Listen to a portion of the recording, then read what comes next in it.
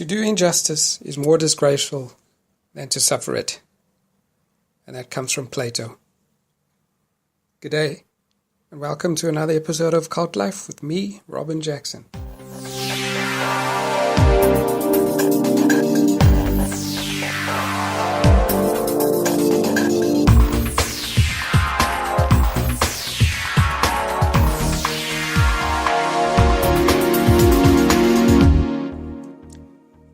Hey, and glad you could join me again this week for another episode of Cult Life with myself, Robin Jackson. And today's show is going to be quite a controversial one as well.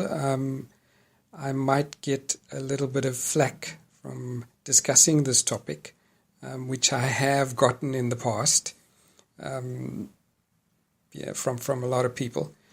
And it's all about the multi-level marketing industry, or the network marketing industry as a whole. First things you should know up front is that, listen, I have been involved with some of these network companies or multi-level marketing companies in the past. And what I will be discussing is my opinion, and we can agree to disagree as always. I'm open to that. And and I've interviewed a lot of people over the years as well who've been involved in the multi-level marketing industry and the network marketing companies. So I've done quite a bit of research on the topic. All right, so let me start off by saying, look, the industry is quite huge. It grows year after year, and you hear of a lot of these companies, new companies coming up, almost on a yearly basis. It's gaining in popularity as well in the US, and as well here in South Africa. So it's a worldwide trend, and I'm going to quote some stats from the Direct Selling Association, and these stats come from 2015, so they about 3 years old. These stats, just to put things into perspective, and then the first one is that over 20.2 million people in the US are involved in direct selling. And those 20.2 million people retailed over $36 billion worth of products, which was a slight increase from 2014, the previous year. 77.4% of those people were women and 22% were men. 71% of those sales were through person-to-person sales. 20.4% were through the party planning means of selling, and 8.6% were through other means. And the largest categories of products sold include, number one, wellness. So wellness products was top of the list. Number two is services. The third one is home and family care. And the fourth one is personal care. And then we've got the fifth one, which is clothing and accessories. And the sixth one is leisure and educational products. So it's quite a massive industry worldwide. I mean, churning out, $36.2 billion worth of sales and products is quite a substantial amount. And here I just want to touch on my experience, the very first experience I had with the MLM industry. And this was way back in, I think, the early 90s. I was invited by a close friend of mine at the time to, of course, what they term a business opportunity. You'll notice, first off, with recruiters is they never come out with the name up front. So it's always a business opportunity. I was invited to go along on a Wednesday evening to this event, and we arrived at the venue. It was quite a big venue, quite a big hall. And we walked into the venue, and there was this large amount of people inside the venue, and we were told by the recruiter that invited us as well to sit in a certain section. And the program started after that. And let me tell you something. The atmosphere was electrifying inside of there. It was just, there was chanting, there was singing, there was clapping, there was cheering. As speaker after speaker went onto the stage, talking about their experiences and the amount of money they've made, the lifestyles they now can afford. And I mean, from testimonials of these speakers, on some of them were dentists, some of them were doctors, some of them were lawyers, so to speak.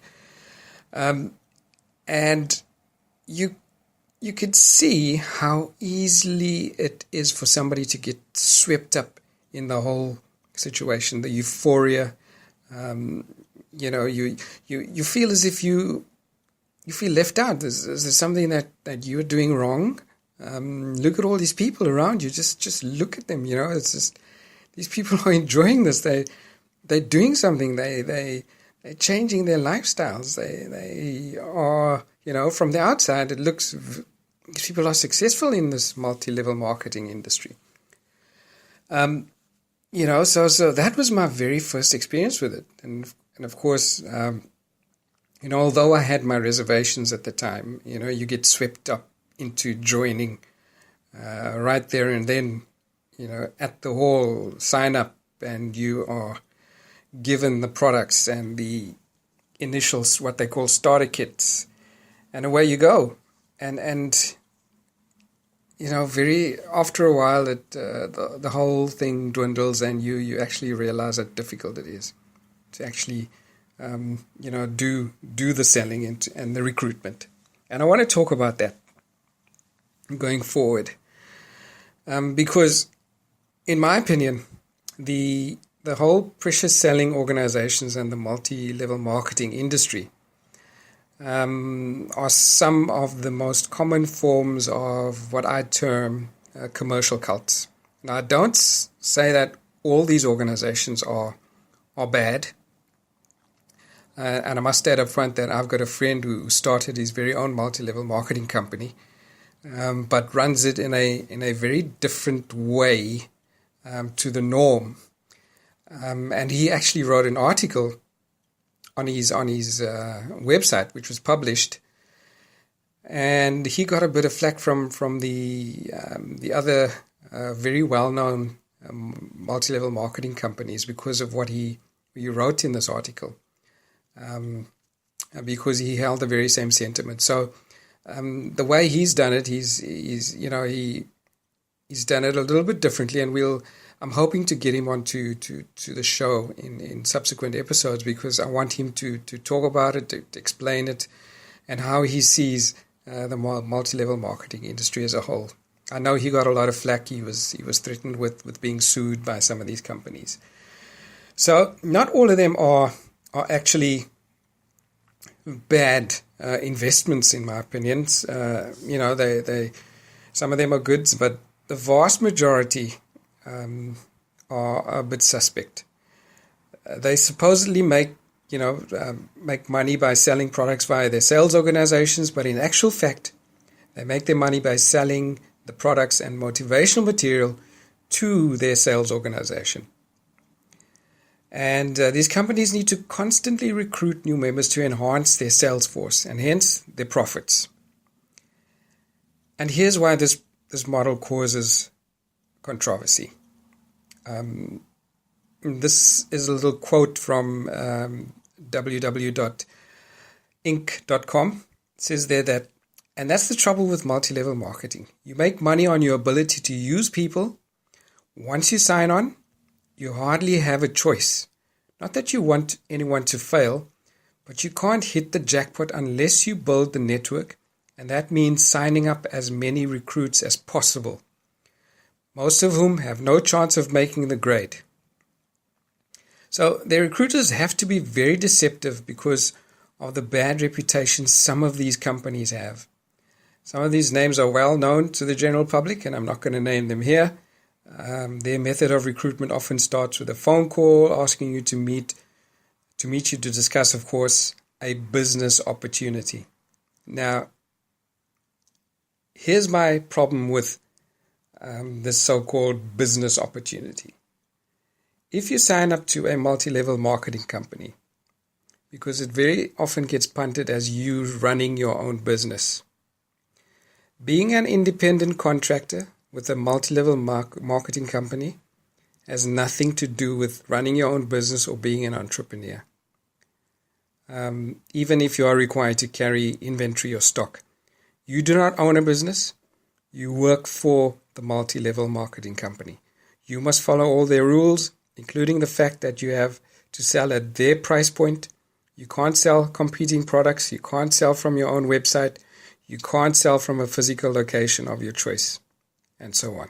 So all these elements, which are part of being a business owner, is not conducive or doesn't fit the multi-level marketing industry. So this is not a business opportunity.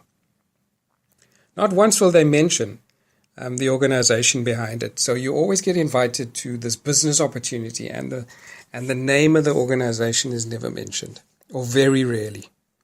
As I said, the meeting will very often involve a long, intense presentation, which is carefully designed to try and convince you that you could make a lot of money by following this plan. They will bring in a highly charismatic speaker, and I've experienced this, who will have you laughing and clapping and stomping your feet and chanting and so on. However, at the end of this highly entertaining presentation, little would have been said on how to make it work. They might even bring up a bunch of people to give testimonials, as I said, of how successful they have been. And this is because testimonials are an easy substitute for statistical facts. And we'll talk about statistical facts later on. They oversell the dream and they undersell the business plan. Only near the end of the presentation will they mention the real name behind it. So bear in mind that this is deceptive. No legitimate business needs to use deception. No legitimate business needs to use deception to recruit or to get you into business. And I want to touch on a book, some quotes out of a book by Robert L. Fitzpatrick. He's the author of the book called False Prophets. And he mentions or identifies 10 lies of the multi-level marketing industry in his 20 years of research. And I want to just look at some of these points. The first one, he says, the first lie that multi-level marketing companies punt is that it offers better opportunities than all other conventional business and professional models for making large amounts of money. The truth is, for almost everyone who invests, MLM or network marketing turns out to be a losing financial proposition. Less than 1% of all MLM distributors ever earn a profit, and those earning a sustainable living at this business are a very small percentage. Very small percentage. The MLM business structure can support only a small number of financial winners. So if 1,000 persons downline is needed, if 1,000 person downline is needed to earn a sustainable income, those 1,000 will need 1 million more to duplicate the success.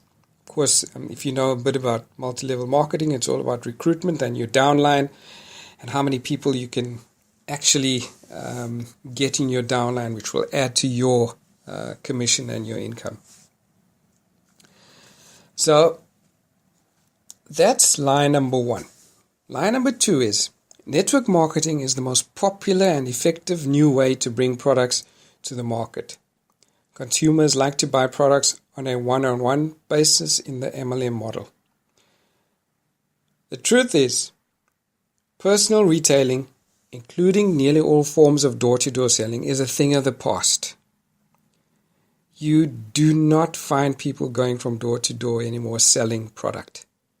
It might have been true in the 60s and the 70s and the 80s.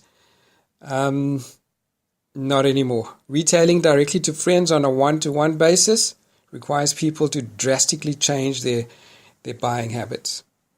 They must restrict their choices, often pay more for goods, buy inconveniently, and engage in potentially awkward business relationships with those friends and with close friends and close relatives. In reality, MLM depends on reselling the opportunity to sign up more distributors. Lie number 3. Eventually all products will be sold by MLM.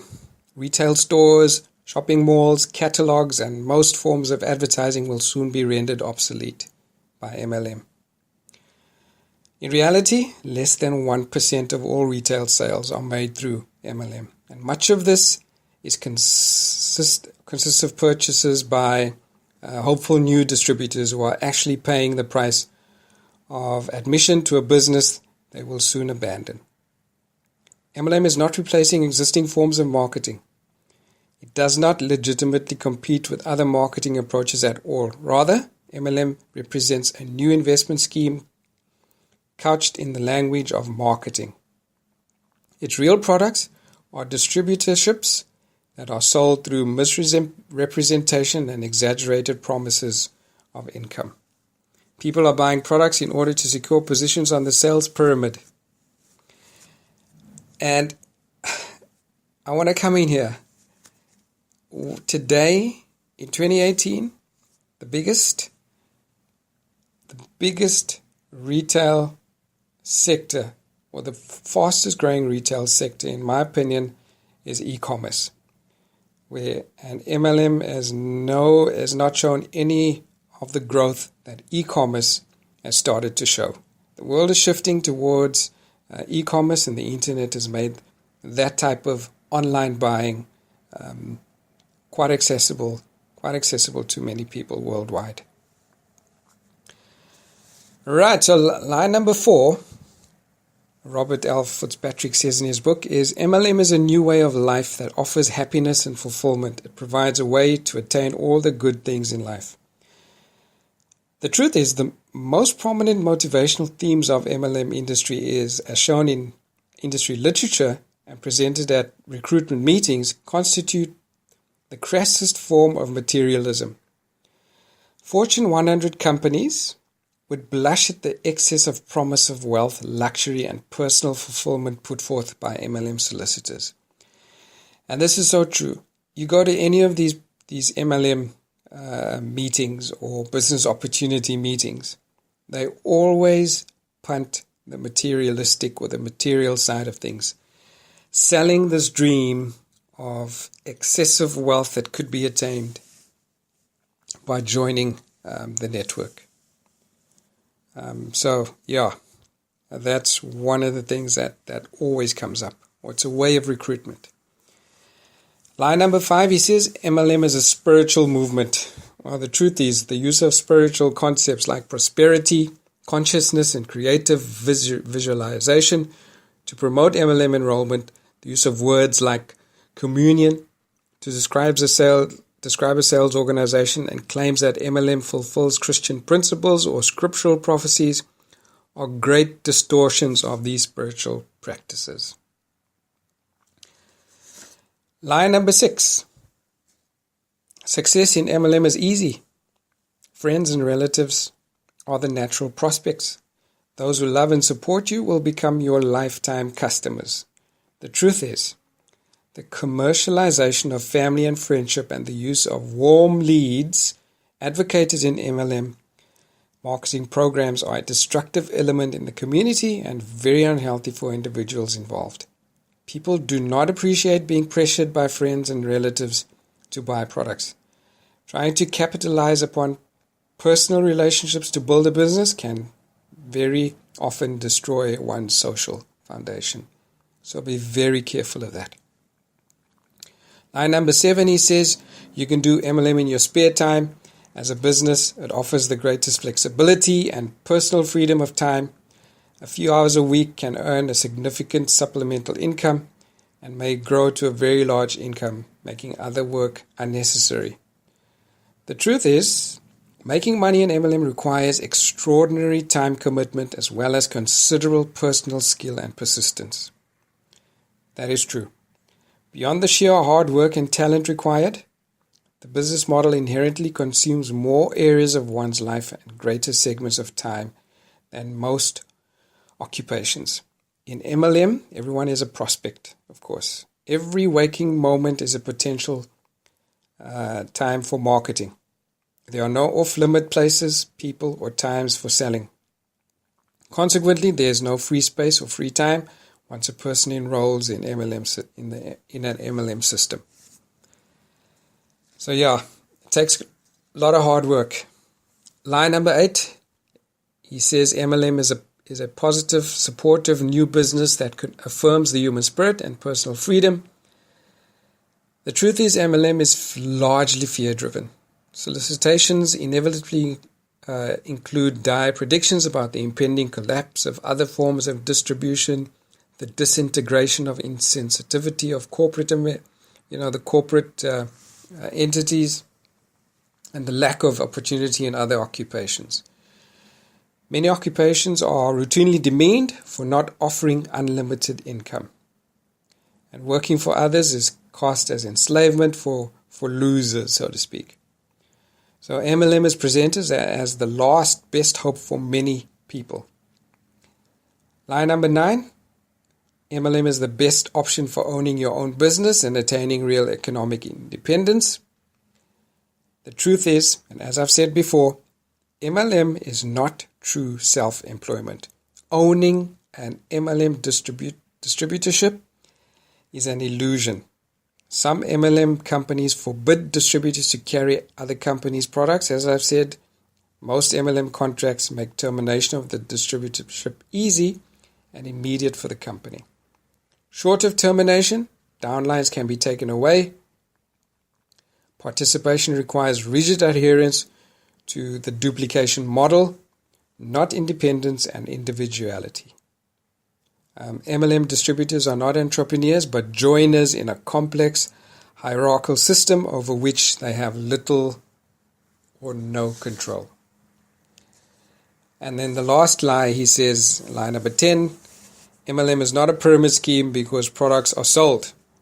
The truth is the sale of products does not protect against anti-pyramid scheme laws or unfair trade practices set forth in a lot of federal laws and state laws and laws in many countries. MLM is a legal form of business only under rigid conditions set forth by the laws in the respective countries. Many MLMs are violating these guidelines and operate only because they have not been prosecuted. Recent court rulings are using a 70% rule to determine an MLM's legality. It says at least 70% of all goods sold by the MLM company must be purchased by non-distributors. This standard would place most MLM companies outside the law.